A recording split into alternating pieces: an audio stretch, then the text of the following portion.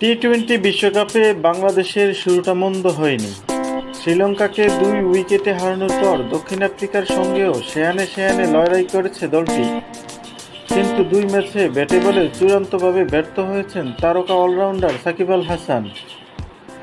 আর সে ব্যর্থতার খেসারত দিয়ে টি-টোয়েন্টির অলরাউন্ডার র্যাঙ্কিংয়ের বড় অবনমন হয়েছে তার। বিশ্বকাপের শুরুর আগেও র্যাঙ্কিংয়ে শীর্ষস্থান হারিয়েছিলেন সাকিব। তবে বিশ্বকাপ শুরুর পর প্রতিযোগিতায় থাকা অন্য অলরাউন্ডারদের বাজে পারফরম্যান্সের কারণে মাঠে না নেমেই সে হারানোর গৌরব ফিরে পেতে হয়েছিল দেশসেরা এই অলরাউন্ডারের। কিন্তু বিশ্বকাপের প্রথম ২ ম্যাচে ব্যাট এবং বল হাতে মোটেই নিজের নামের প্রতি সুবিচার করতে পারেননি। ২ ম্যাচ মিলে রান করেছেন মোটে ১১। ৪ ওভার বোলিং করে একটি উইকেটও ঝুলিতে পুরতে পারেননি। ফলশ্রুতিতে আইসিসি টি-টোয়েন্টি অলরাউন্ডার র্যাঙ্কিংয়ে শীর্ষস্থান হারিয়ে ৫ নম্বরে নেমে গেছেন সাকিব।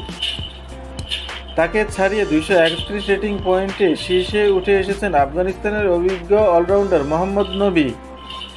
এছাড়া ২-এ উঠেছেন অস্ট্রেলিয়ান মার্কাস স্টোইনিস। ৩-এ লঙ্কান অধিনায়ক ওয়ানিন্দু হাসারাঙ্গা।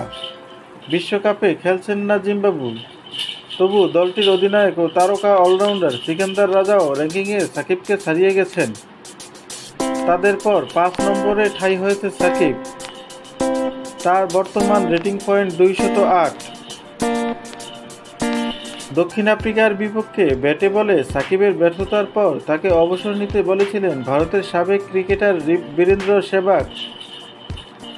তারপর র্যাঙ্কিংয়ে এমন দুঃসংবাদে কিছুটা বিপদেই পড়লেন সাকিব।